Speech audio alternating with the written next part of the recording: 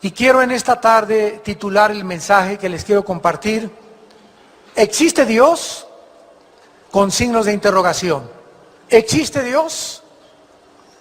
En el libro de Job, capítulo 11, versículos del 7 al 9, hace más de 5,000 años, que es la antigüedad que tiene el libro de Job, casi la misma antigüedad que el libro del Génesis, se hicieron estas preguntas a los seres humanos.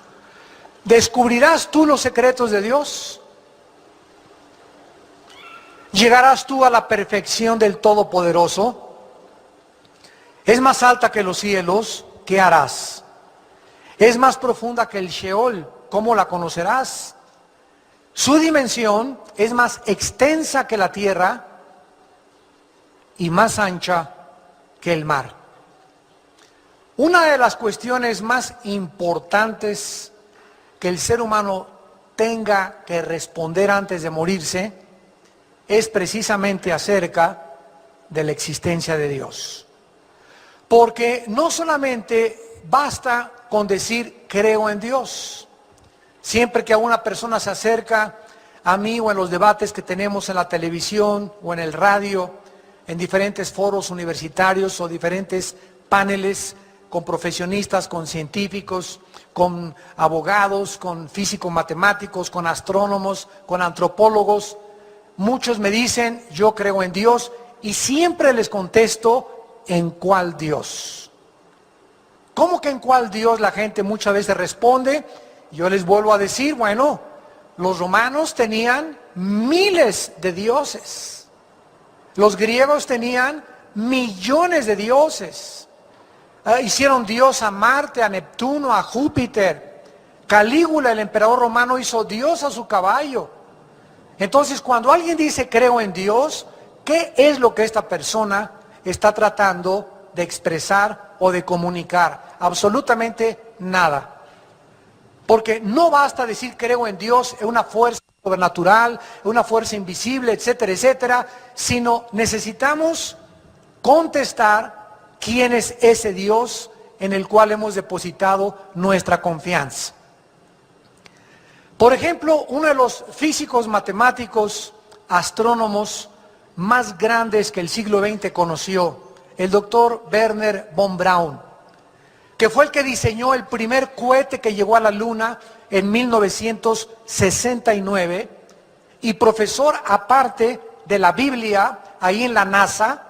En los tiempos libres él daba estudios de la Biblia a todos los estudiantes de física, matemáticas, de astronomía, aeroespaciales, a las secretarias, a los ingenieros, etcétera, etcétera. Escribió estas palabras: conocer a Dios es la meta más noble del entendimiento humano. Amarle es lo más digno de nuestros afectos y servirle es el más honroso y delicioso propósito al cual podamos dedicar todos nuestros talentos. Este hombre, con un ingenio increíble para haber diseñado el primer cohete que llegó a la Luna en 1969, Wernher von Braun, que era alemán y se nacionalizó norteamericano, descubrió a Cristo cuando tenía 16 años de edad estudiando física en Alemania. Y desde que él descubrió a Jesucristo, él comenzaba a enseñarles en las universidades alemanas que él no podía explicarse cómo podía un alumno estudiar ciencia aeroespacial o física o matemáticas o químicas e hiciera a un lado a Dios. Él decía, cuando tú llegas a la física, llegas a un límite. Cuando llegas a la química, llegas a un límite. Cuando llegas a las ecuaciones matemáticas, llegas a un límite.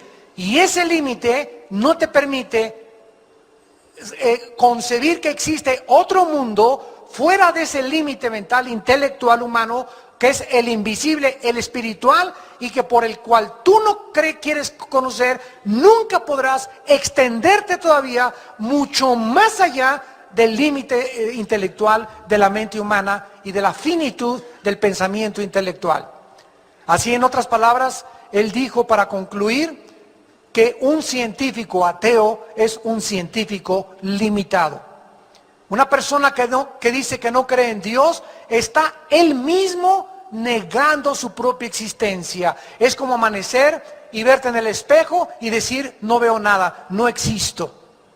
Es exactamente lo mismo cuando una persona dice, no creo en Dios. Ahí me encanta, me gusta muchísimo, deleito es más tener los debates con los ateos, sobre todo cuando son públicos. Porque cuando una persona me dice que no creo en Dios, inmediatamente le digo en dónde lo has buscado. Si no conoces ni Xonacatlán de las Manzanas, no has salido ni del Estado de México, ¿dónde fuiste? ¿Cómo puedes tú concluir no existe Dios cuando el universo es inmenso? ¿Dónde lo has buscado? ¿Dónde fuiste a experimentar? ¿Dónde fuiste a investigar para concluir que no existe Dios? Es que mi maestra en la secundaria me dijo que él era muy inteligente y era ateo. Casi todos los ateos que nosotros hemos conocido son ateos, ¿verdad? Por conveniencia, y ateos ignorantes, que repiten, o como los muchachos en la universidad, que se dicen ser ateos porque es intelectual, de acuerdo a ellos, considerarse ateo. ¿Realmente puede el ser humano conocer a Dios? Y si Dios existe y Dios se ha manifestado y Dios se ha revelado, como la Biblia lo dice, es importante saber los medios que nos pueden llevar a poder conocerlo. Porque hay un camino que lleva al DF, hay un camino que llega a Villahermosa, Tabasco, hay una carretera que lleva a Veracruz. No cualquier carretera te lleva a Veracruz. Y hay un solo camino que nos lleva a Dios. Y cuando andamos por caminos equivocados, tratando de buscar en la brujería, en la dianética, con los gurús, con los Hare Krishna, con los astrólogos, los caminos para poder encontrar un contacto con el más allá, son caminos, dice la Biblia, que aunque parezcan derechos, son caminos que conducen a la muerte. Porque Dios mandó hace 2000 años a su Hijo Jesucristo. Y al bajar Dios en forma humana hace 2000 años a este mundo, Él dijo estas palabras: yo soy el camino a Dios. Yo soy la única verdad inmutable y absoluta que existe. Y nadie va al Padre, nadie puede conocer a Dios más que a través de mí. Ahora, si alguna persona quiere buscar a Dios fuera de la persona de Jesucristo, se va a equivocar. Porque todo lo que tú leas acerca de Dios, todas las cosas que tú investigues acerca de Dios, fuera de la Biblia, no son más que una distorsión, una caricatura, una perversidad, algo adulterado acerca del carácter de Dios. Jesucristo dijo: escudriñen las Escrituras porque ellas dan testimonio de mí y en ellas se encuentran ustedes la vida eterna. Ese Dios creador del universo escogió la manera en la que el ser humano hiciera contacto con Él, y Él escogió a su Hijo Jesucristo. Veamos a continuación, en primer lugar, que la Biblia nos enseña que si Dios no se hubiera revelado al ser humano, nosotros jamás lo hubiéramos podido encontrar. Porque vuelvo a repetir, si existe un Dios, ¿dónde lo voy a encontrar? ¿En una cueva? Dios no está en una cueva. ¿En las montañas del Himalaya? Dios no está en las montañas del Himalaya. ¿O acaso seremos tan necios como el cosmonauta ruso Yuri Gagarin, que cuando subió al espacio en el Sputnik, el primer satélite, dijo allá arriba: no he encontrado a Dios, y bajó y se carcajearon todos? Una persona le preguntó: ¿por qué no encontró a Dios? Dice: no, Dios no estaba allá. Dice: es que Dios no lo vas a encontrar más que dentro de ti.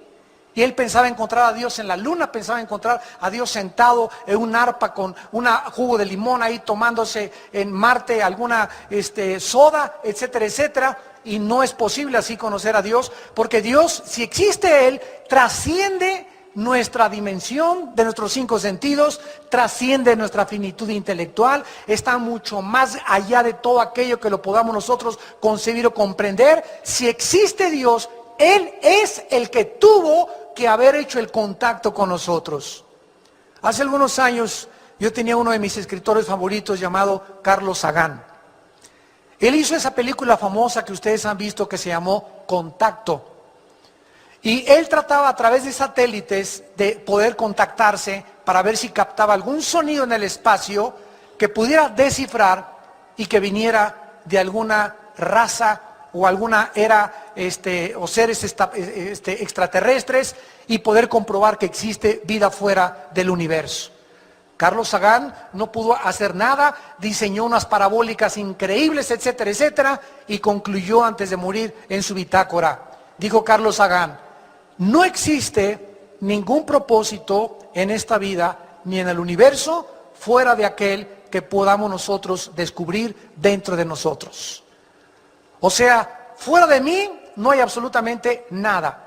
Y fuera del universo que nosotros vemos, Él siempre ha sido como está.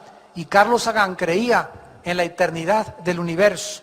Sin embargo, la misma ciencia comprueba que el universo no es infinito, que tuvo un principio, por lo cual tendrá un final. En el pasaje que acabamos de leer, en el libro de Job, capítulo 11, versículo del 7 al 8, se nos dice: ¿descubrirás tú los secretos de Dios? A esta pregunta, ¿qué respuesta le daremos humanamente? ¿Habrá alguien que descubra los secretos de Dios si es que Dios existe? ¿Cuál es la respuesta? ¿No conoces ni los secretos de tu suegra? ¿No conoces ni los secretos de las matemáticas ni de la física? Todavía los físicos no han podido definir la luz. ¿Es una corriente de electrones? ¿Es un fluido? ¿No pasan de ahí? Todavía no entienden las fuerzas gravitacionales los físicos. Todavía no entienden por qué la Tierra sigue girando sobre su eje en 24 horas. ¿Qué fuerza es la que le dio a la Tierra ese movimiento? ¿Y por qué no se para? Si de acuerdo a la física toda fuerza es proporcional a la fuerza aplicada, todo movimiento es proporcional a la fuerza aplicada, y la aceleración de la masa es proporcional a la fuerza que le aplicas. Si yo tengo una canica aquí, le hago a la canica así, pasa la canica sale disparada de acuerdo a una fuerza que le apliqué, pero la canica se tiene que parar. ¿Por qué? Porque cuando se para necesita más fuerza para seguir empujándose, para seguir dando una vuelta o para seguir su trayectoria. Tú disparas una bala y sale la bala a una velocidad tremenda y hace una parábola y se tiene que caer la bala porque la fuerza de la pólvora se le acabó. Disparas una flecha y hace una parábola y se cae la flecha porque así es la fuerza gravitacional y es la ley de la física. Pero a la Tierra, ¿quién le hizo así que no ha perdido su velocidad y se sigue manteniendo desde hace miles o millones de años? Y al mismo tiempo, ¿quién le empuja para que le dé la vuelta alrededor del Sol y para que sea posible las 4 estaciones? ¿Qué es lo que hace que los átomos en el macrocosmos y en el microcosmos tengan fuerza volicional? Y los científicos ni siquiera han descubierto eso, mucho menos descubriremos los secretos de Dios. ¿Descubrirás tú los secretos de Dios, Ciro Peraloca? ¿Llegarás tú a la perfección del Todopoderoso? ¿De veras te crees más inteligente que si Dios existe de acuerdo a mis conceptos y de acuerdo, no salió ni el Estado de México, pero según mis cálculos Dios no existe? ¿De veras te crees tan sabio y tan perfecto para poder concluir que no existe algo que trasciende tus 5 sentidos simplemente porque no lo puedes observar con tus ojos ni palpar con tus 5 sentidos? La Biblia nos contesta y nos dice que los secretos de Dios y su perfección es más alta que los cielos. ¿Qué harás? Dice el versículo 8. Es más profunda que el Sheol, ¿cómo la conocerás? Entonces concluimos que si Dios existe, no lo vamos a poder encontrar buscándolo en este mundo, ni yéndonos en un cohete buscándolo en el espacio. Tenemos que encontrar y descubrir que ese Dios invisible, eterno, poderoso, creador, diseñador, legislador de la ley, es el que Él vino a este mundo y Él se nos reveló. Y cuando Cristo comenzó a caminar por este mundo, hizo las obras que Dios quería que hiciera para que supiéramos que Jesucristo era verdaderamente su Hijo amado. Dice la Biblia en Isaías 55, 8 y 9, porque mis pensamientos, dice Dios, no son vuestros pensamientos, ni mis caminos son tus caminos. Como son más altos los cielos que la tierra, mis caminos son más altos que los tuyos.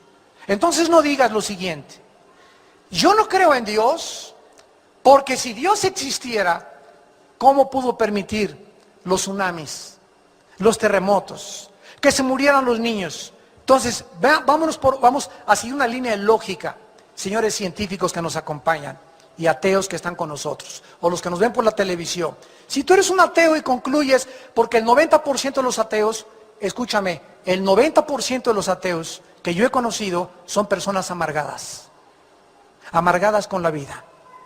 No han podido entender por qué pasa lo que pasa, por qué hay niños que se mueren en tsunamis, por qué hay terremotos, por qué hay injusticias, etcétera, etcétera. Y como no pueden entender aquí en la maceta, en la calabaza que tienen, no pueden asimilar, no pueden discernir, distinguir por qué si existe un Dios permite esto, concluyen ellos, no existe Dios porque no entienden. Cuando la manera honesta de una persona intelectual verdaderamente, pero honesta, debería ser la siguiente: yo no entiendo lo que pasa en el mundo, pero Dios, si existes, explícamelo. Quiero saber por qué pasa lo que está pasando, por qué hay tanta injusticia, por qué tanto sufrimiento, por qué tantos crímenes, por qué tantas guerras, qué es lo que está pasando. Si existe un Dios, yo quiero saberlo. Y Señor, si tú existes, dámelo. Y sin Jesucristo tú te revelaste, Señor Jesucristo, te necesito porque quiero entender. Pero no digas ni justifiques la negación de Dios porque no lo entiendes. Esto es muy deshonesto. Como no entiendo, no lo acepto. Más bien, no lo entiendo, pero lo quiero entender. Y si hay alguien que te lo puede explicar, porque en tu finitud no lo entiendes, necesitas entonces a Dios. Porque no eres sabio, tienes el cerebro, y yo tengo el cerebro comparado al de Dios de un renacuajo. Una vez les conté la historia de un gran santo, y uno de los más grandes pensadores que a mí me desafió, porque yo antes de ser cristiano era ateo. Nosotros fuimos creados, aquí está mi mamá, en colegios lasallistas, religiosos, católicos, y me decepcioné profundamente de mi religión a la que pertenecíamos a los 14, 15, 16 años de edad. Me decepcioné tremendamente por todas las cosas que veía, ¿verdad?, en mi religión, y me brinqué al extremo. Me hice ateo y me convertí en enemigo de Dios. Mi hermano Alejandro, cuando comenzó a hablarme a mí de Cristo, ya tenía yo 25 años de edad, y había yo sufrido muchísimo, y me había metido a estudiar ciencias políticas, y que después psicología, me quería ir a los Himalayas y raparme allá con los budistas, bueno, buscando por todos lados la verdad. Y no, en ningún lado podía yo encontrar nada, hasta que mi hermano Alejandro un día me dijo: que te reto, te desafío a que leas la Biblia. Y cuando comencé a estudiar la Biblia, paralelamente, comencé a estudiar un libro que se llama La Ciudad de Dios, de Agustín de Hipona. Y dice la historia que Agustín era un muchacho sumamente brillante, intelectual, que iba caminando por la playa y pensando en la playa: si Dios existe, ¿por qué permitió al diablo? Si Dios existe, ¿por qué permitió la maldad? Yo, si hubiera sido Dios, no hubiera permitido eso. Y en estos pensamientos y en estas reflexiones iba Agustín caminando por la playa, cuando se encontró a un niño que corría al mar y agarraba el mar en una cubetita y lo echaba en un hoyo. Y corría al mar y sacaba agua en la cubeta y le echaba en un hoyo. Y entonces Agustín le preguntó al niño: oye niño, ¿qué estás haciendo? Y le contestó el niño: estoy tratando de poner el mar en ese hoyito. Y Agustín le dijo: niño bruto, tonto e incoherente, ¿cómo es posible que tú creas que el mar en su inmensidad quepa en ese hoyito que tú estás haciendo? Y el niño se paró y le contestó a Agustín y le dijo: ¿y cómo piensas tú, más bruto que yo, que la inmensidad de los pensamientos de Dios quepa en la jicarita que tienes aquí? Agustín escribe que él está seguro, ¿verdad?, que ese niño era un ángel. La Biblia dice en Hebreos 13 que muchas veces los ángeles toman forma humana, y en la Biblia los vemos. Y desde ese momento Agustín comenzó a entender que era realmente imposible meter lo vasto y lo inmenso de los pensamientos de Dios en la jicarita que tenemos aquí adentro. Porque aquí hay 60 watts y ahí hay 10 millones de watts. Si tú agarras esa corriente y la tratas de meter en un foco de 60 watts, ¿qué le pasa al foco de 60 watts? Lo fundes. Y por eso la mayor parte de los ateos se han muerto fundidos. Se les fundieron los fusibles. En otras palabras, ¿qué significa? Se volvieron locos. El más grande ateo del siglo pasado, Friedrich Nietzsche, que escribió Así hablaba Zaratustra, y escribió varios libros, dijo, el Dios está muerto. A los 42 años se volvió homosexual. A los 45 lo internaron en un hospital psiquiátrico. Y muere después de los 50 absolutamente en la más profunda insanidad mental.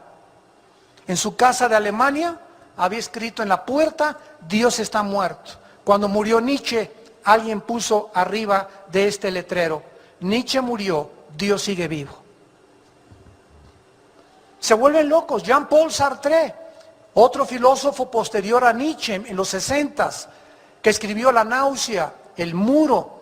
Un filósofo francés, el padre se le conoce del existencialismo. Los hippies, ¿se acuerdan ustedes que vivían en comunidades? Peace and love, y only need is love. Michelle, el submarino amarillo, que los Beatles hicieron en viaje de LSD, que lo hacían en viajes de marihuana, y toda esa época Elvis Presley, los 60s, que fue cuando se prendió la chispa. Toda esa época, el que estaba detrás intelectualmente era un hombre llamado intelectual francés, Jean-Paul Sartre. Y antes de morir, él comenzó a gritar, ¿dónde está Dios? ¿Dónde está Dios? Y se acercó su enfermera y le dijo, oiga señor Sartre, si usted toda la vida ha negado a Dios. Dice, pero es que me gustaría en momentos como este saber que hay un Dios. A la hora de la muerte estaba gritando que dónde estaba Dios. Qué incongruencia y qué ironía y contradicción de una vida tan deshonesta de durante todo el tiempo haber negado que existe Dios. Dios se ha revelado. La Biblia nos enseña en Deuteronomio 29 que las cosas secretas pertenecen a Dios. El día que nosotros podamos dar respuesta a todas las preguntas y a todas las interrogantes del universo, ya no necesitaríamos a Dios. ¿Estás de acuerdo? Entonces es lógico que mientras caminemos por este mundo, reconociendo nuestra finitud y nuestra incapacidad mental, es lógico que tengamos dudas.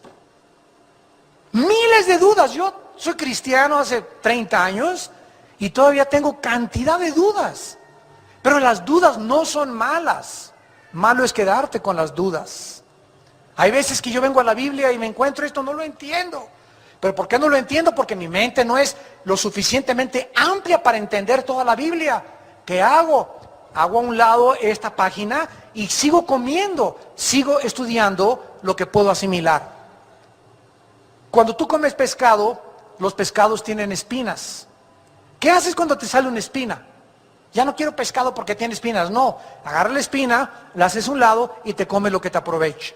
Así es cuando vienes a la Biblia. Te vas a encontrar cantidad de espinas, pero no por eso ya no voy a seguir estudiando. Ya no lo entiendo, y ya porque no lo entiendo, ya no existe Dios, o ya me agüito, ya me desilusiono, ya no quiero seguir mi investigación. No, no y no. Recuerda tu mente de jicarita.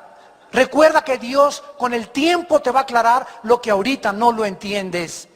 Por eso es importante la paciencia y la perseverancia para que podamos recibir los premios de Dios. En Mateo 11, versículo 25 al 27, sucedió algo tremendo con el apóstol Pedro. Dice Mateo 11, versículo 25, en aquel tiempo respondiendo Jesús dijo, te alabo Padre. Te alabo, Señor Dios del cielo y de la tierra, porque escondiste estas cosas de los sabios Dios escondió las cosas profundas del universo de los sabios. No es a través de la investigación que los sabios y los entendidos van a conocer a Dios. Al contrario, la mayor parte de los científicos y la mayor parte de los sabios e intelectuales se creen que como ellos no pueden encontrar a Dios, se creen dioses y acaban negando a Dios. Y las revelaste a los niños.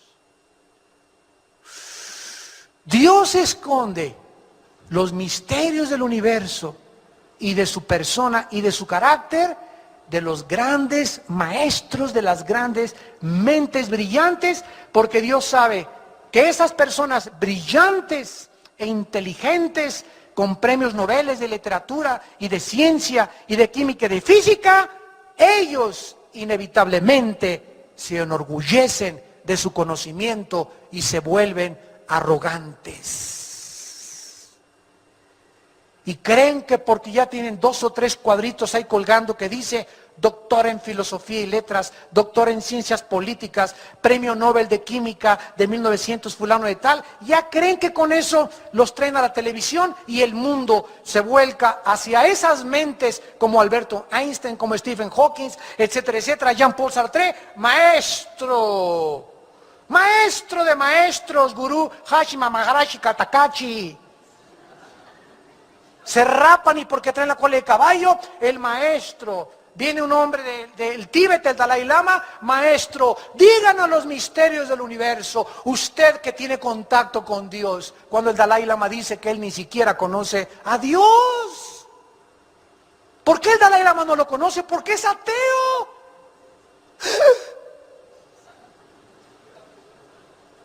El Dalai Lama es ateo, sí, los budistas son ateos. Buda era ateo, el budismo es una religión atea.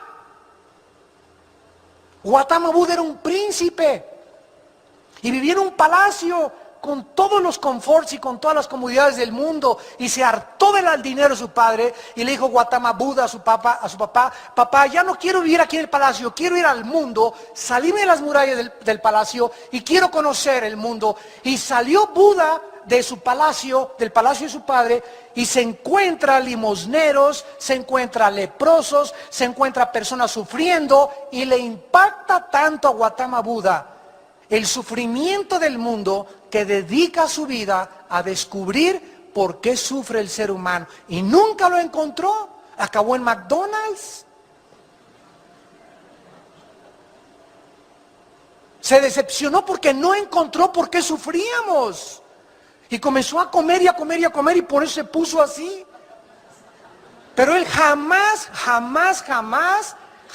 dijo, cuando fundó su filosofía y religión, no, esto nos concluye que no todas las religiones son teístas. Hay religiones que son ateas. El comunismo es otra religión y es ateo.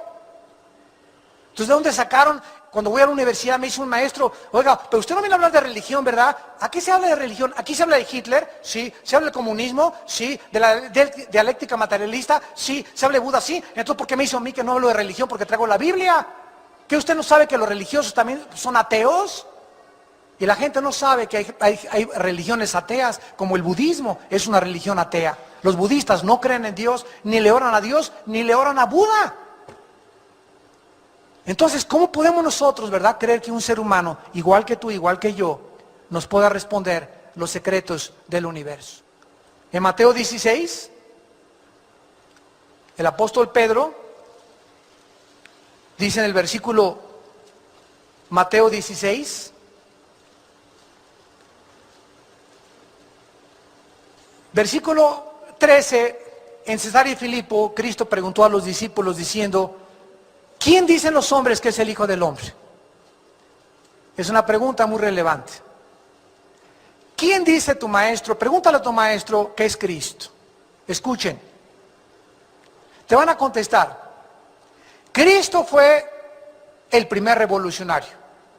Cristo fue un comunista. Cristo fue un gran moralista. Cristo fue uno de los grandes iluminados. Cristo fue un hombre santo. Esta es la opinión que si tú le preguntas al mundo, te van a contestar. Pero nadie te va a contestar lo que Pedro le contestó a Cristo. A Cristo le interesaba saber qué decían las gentes acerca de él. ¿Qué dicen los hombres? ¿Quién soy yo? Le contestaron y le dijeron, unos, Juan el Bautista, otros, Elías, otros que eres un gurú, otros que eres un revolucionario, otros que eres ahijado del Che Guevara, etcétera, etcétera. Él les dijo, ¿y ustedes? Ya no me interesa lo que la gente diga. ¿Ustedes? ¿Quién dicen que soy yo? Respondió Simón Pedro y le dijo, tú eres el Cristo, el Hijo del Dios viviente. Entonces le respondió Jesús, bienaventurado eres Simón, hijo de Jonás, porque no te lo reveló ni Jean-Paul Sartre, ni la ciencia, ni la química, ni la física, ni tus investigaciones, ni ninguna universidad, no te lo reveló la carne ni la sangre, sino mi Padre que está en los cielos. Cuando yo me convertí al cristianismo y dejé el ateísmo, ya no vi a Cristo como el Che Guevara, como un grande iluminado, como un gran maestro moralista, como uno de los grandes santos de Dios, como uno de los tantos gurús, como le llaman también muchas personas, sino que cuando yo me encontré con Cristo y lo pude ver a través de la iluminación que Dios al darme su espíritu me abrió mi mente, lo vi y le pude decir, tú eres mi Señor y mi Dios. No me vengas con que fue un gran maestro moralista, un gran iluminado, un gran revolucionario, porque toda esta perspectiva que tú tienes acerca de él es por la ignorancia, porque no sabes que él es el Hijo del Dios viviente. Para que una persona pueda ver a Cristo como lo que él es, necesita ser iluminado por el Espíritu de Dios. Lo necesitamos saber a través de la revelación. Veamos en segundo lugar el debate acerca de la existencia de Dios. En primer lugar, el progenitor o el inventor de la psicología moderna, Sigmund Freud, postuló una declaración que es la antítesis, o sea, totalmente lo opuesto de lo que la Biblia dice. Sigmund Freud, en su libro El futuro de la ilusión, 1928, dijo estas palabras: el ser humano inventó a Dios. Esto es lo que dice el padre progenitor de la psicología moderna.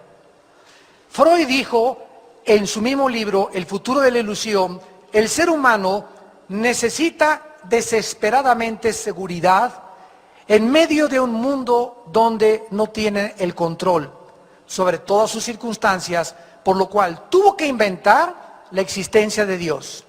Continúa Freud diciendo, la invención de Dios se debe al temor que el ser humano tiene ante la muerte y ante todo lo desconocido, por lo cual el ser humano se volvió incorregiblemente religioso.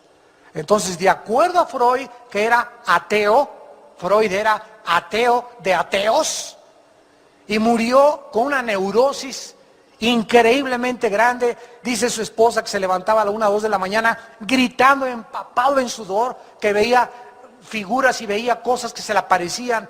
Ahora podemos saber, verá que eran demonios. El padre de la psicología con neurosis, con neurastenia, así muere casi loco. Él pudo decir, es que Dios lo inventaron los hombres, porque como no conocen lo oscuro ni lo que va más allá de nosotros, ellos tienen que ser religiosos y le llaman al sol Dios, le llaman a la luna Dios, y el hombre inventó a Dios. Freud se equivocó trágicamente por las tinieblas de su mente neurótica, porque si se le hubiera dado a escoger al ser humano, de acuerdo a la experiencia, entre inventar o eliminar a un Dios, el ser humano hubiera decidido que no existiera Dios. Al contrario, si al ser humano se le hubiera dejado sin la revelación de Cristo y de la Biblia, a ninguno de nosotros nos conviene que existe Dios. Porque el momento en que yo sé que existe Dios y que es un juez y que después de la muerte nos va a juzgar, ya mi vida está amenazada.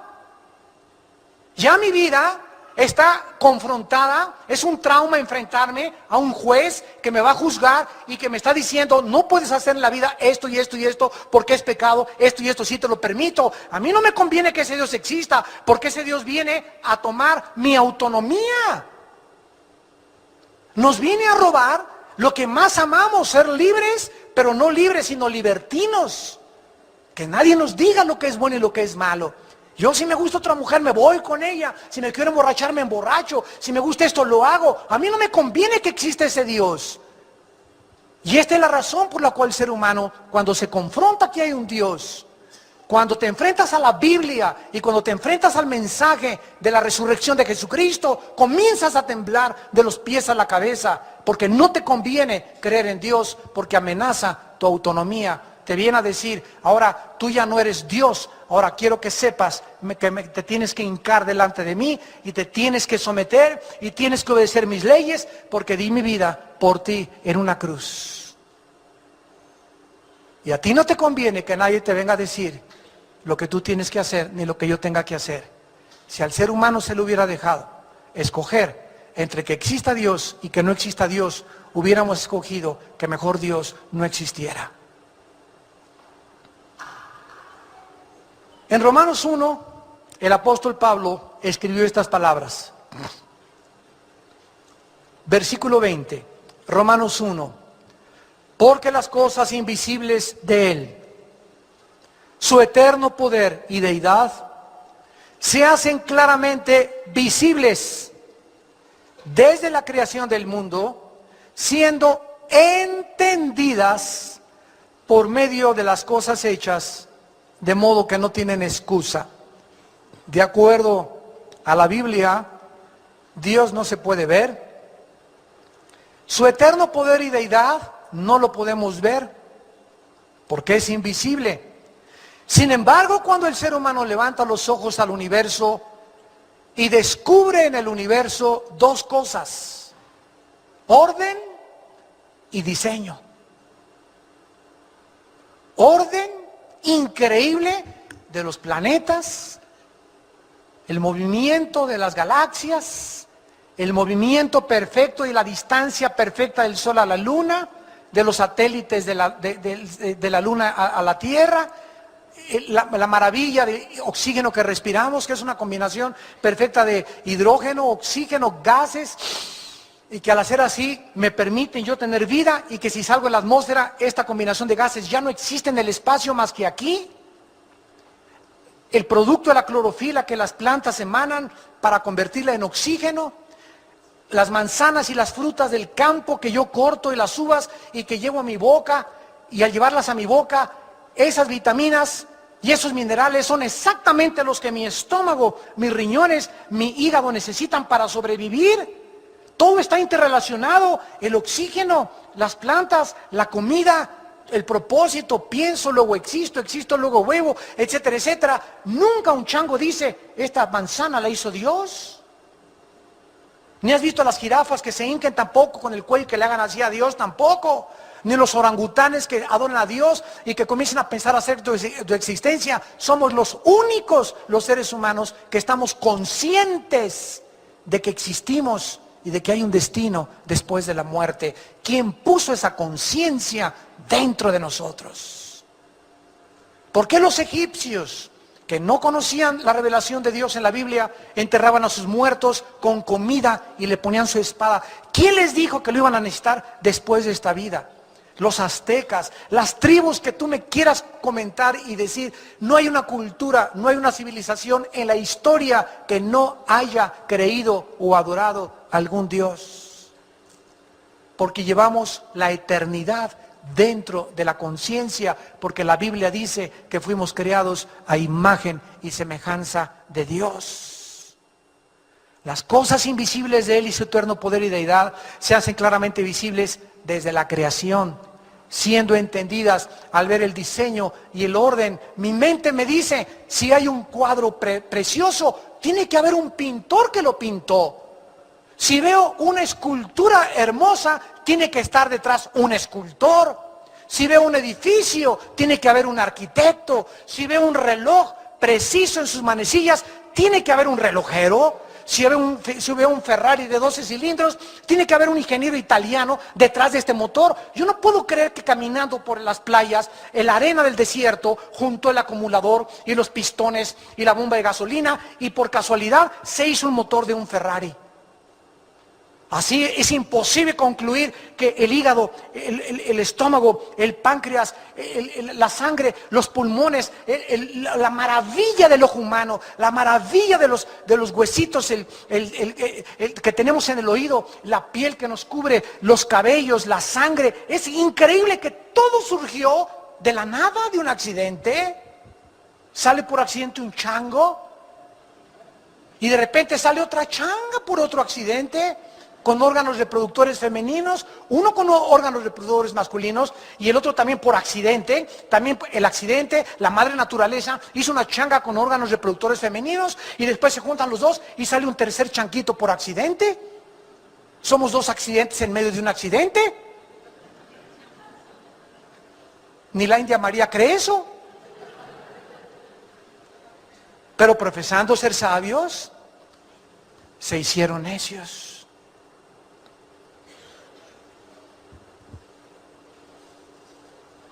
Dice la Biblia aquí en Romanos, versículo 21, pues habiendo conocido a Dios, no le glorificaron como a Dios, ni le dieron gracias. El ser humano no quiere reconocer a Dios, no quiere darle gracias, sino que se envanecieron en sus razonamientos y su necio corazón fue entenebrecido. Y así es como la Biblia describe la mente de Freud, de Nietzsche, de Sartre, de Carlos Sagan, de Adolfo Hitler, de Saddam Hussein, de esos los Césares romanos, de inventores, de escultores, que a los ojos del mundo, grandes mentes, grandes filósofos, sin embargo, pasaron por esta vida sin haber jamás descubierto a Dios. Y cuando se murieron, no te llevas ni la química, ni la física, ni las matemáticas, ni todo lo que aprendiste. Cuando nos muramos, lo único que nos llevamos y que nos va a servir en el cielo es el conocimiento de Dios.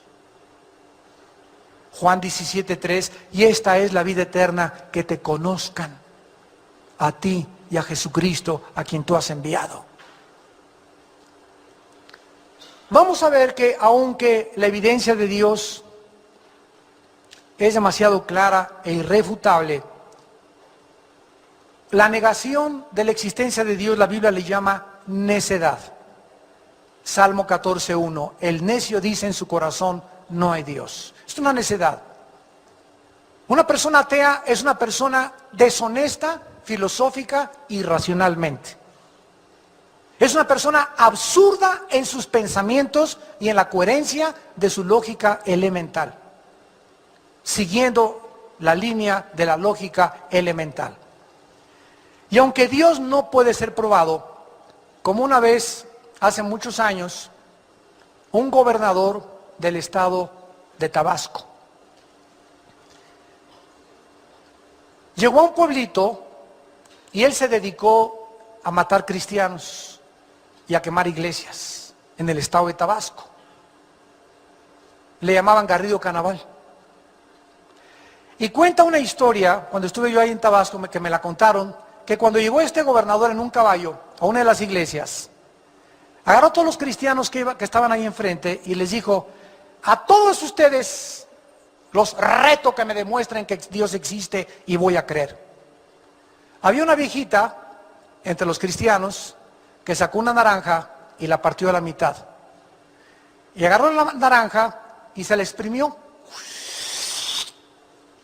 Y le dijo la viejita al gobernador de Tabasco, ateo, dígame a qué sabe la naranja. Y él le contestó, vieja tonta, ¿cómo lo voy a saber? La tengo que probar. Y la viejita le contestó, así es Dios, señor, lo tiene usted que probar. Así hay mucha gente, ¿verdad?, que quiere, pruébame que Dios existe, quiero esto, pues es una cosa, tú lo tienes que experimentar en tu vida. Es algo personal y es algo individual. Dice en Romanos 8, el Espíritu nos da testimonio a nuestro espíritu de que somos hijos de Dios. No es hasta que tú le entregas la vida a ese Dios que no conoces, pero que Él quiere que tú le conozcas y entrar a tu vida, que cuando Él entra a tu vida, Jesús dijo, yo y mi Padre nos manifestaremos en tu corazón. Los argumentos que usamos para demostrar la existencia de Dios son de diferente carácter. En primer lugar tenemos los argumentos que se llaman deductivos, como el argumento teleológico. Teleo significa en el griego perfecto o completo. Teleológicos. Esto significa que cuando observamos algo perfecto o algo acabado, en ese momento concluimos que tiene que haber, como vimos, un diseñador. Una persona que dice que el universo se hizo por casualidad y por accidente, es la misma persona que concluye que al encontrarse un motor en las arenas del desierto, decir, las arenas del desierto formaron este motor tan perfecto que existe. Esto es una estupidez intelectual. Esto es un absurdo irracional total. Así es el que dice todo se hizo por accidente. Es el argumento teleológico. En segundo lugar tenemos el argumento ontológico. La palabra ontos es un participio griego que se refiere al verbo ser o estar. O sea, en este contexto se tiene referencia al ser de Dios. Este argumento, el ontológico, razona que por causa de que la mente humana puede concebir a un ser absolutamente perfecto, esto implica la realidad de la existencia de un ser perfecto. El mero hecho de que un ser humano conciba en su mente que existe alguien superior nos muestra verdaderamente que ese ser tiene que ser Dios. Por eso todas las culturas, todas las civilizaciones han concluido, hay algo. En la fuerza de la guerra de las galaxias le llaman la fuerza, otros le llaman lo invisible, el poder. Algo le dice al ser humano, hay algo que trasciende a nosotros. Esto nos habla que esta concepción la tuvo que haber puesto Dios en nosotros. Después tenemos el argumento aestético. Ojalá que todos estén apuntándolos. Aestético, que por causa de que existe la belleza, la belleza, la estética en el mundo, alguien la tuvo que haber diseñado. ¿Se acuerdan lo que dijo Cristo en Mateo 6? Vean ustedes el color de las flores. No existe un vestido, un diseñador, un modista que pueda diseñar los colores de las flores del campo. Ni Salomón se ha vestido con la belleza de las flores. Ve los colores de un pájaro o de esas guacamayas o de esos animales y la combinación de esos colores son inimitables. Esta belleza, esta puesta del sol en Acapulco en pie de la cuesta, este universo cuando sales de arriba de la tierra y viajas en una nave espacial y ves todo el espacio y el mundo y el sol radiante, etcétera, etcétera, todo esto nos habla, ¿verdad?, de este argumento estético de que esta belleza tiene que estar detrás alguien que la haya creado. Después tenemos los argumentos morales. Por causa de que los seres humanos sabemos que hay un bien y que hay un mal. ¿Quién me dijo que era bien y que era mal? Es otra de mis preguntas a los ateos. Le digo al ateo, oiga, alguien se robó a su hija. ¿Qué contestaría usted? Me levantaría y lo perseguiría. Oiga, ¿y por qué? Si para usted no hay el bien y el mal, el ladrón dice que no existe la justicia ni la justicia. Y usted es ateo, usted no puede tener una plataforma moral para determinar qué es bueno y qué es malo. Oiga, pero ¿qué es malo que me roben a mi hija? Bueno, eso es lo que dice usted. ¿Quién le dijo a usted que era malo? ¿La vaca? ¿Una cucaracha? ¿Un conejo? ¿Quién le dijo? ¿De dónde sacó usted el concepto de lo bueno y de lo malo? ¿Por qué las tribus africanas, sin conocer a Dios ni la Biblia, no entregan a sus hijas si no son vírgenes al matrimonio? ¿Quién les puso a los africanos que la virginidad es la virtud más grande en el matrimonio? ¿Quién nos puso que quitarle algo a alguien es robo? Los animales no tienen este concepto. ¿De dónde vinieron estas ideas? Y tenemos también uno de los más fuertes que se llama el argumento cosmológico. Cosmológico, que es el argumento de la causa o el efecto. De acuerdo a los científicos, todo efecto tiene una causa, ¿verdad? Esto es absolutamente lógico. No puede haber una causa sin un efecto. Por ejemplo, la causa de un espacio infinito tiene que ser infinita. La causa de la eternidad tiene que ser eterna. La causa de la complejidad de la materia en todos los seres vivos tiene que ser omnisciente y sabia. La causa de la conciencia tiene que ser personal. La causa de los valores éticos tiene que ser moral. La causa de la belleza tiene que ser estética. Y la causa de la vida tiene que ser algo vivo. No nada más nada igual a algo. ¿Cómo puede la vida surgir de la nada? Nunca nada ha producido nada.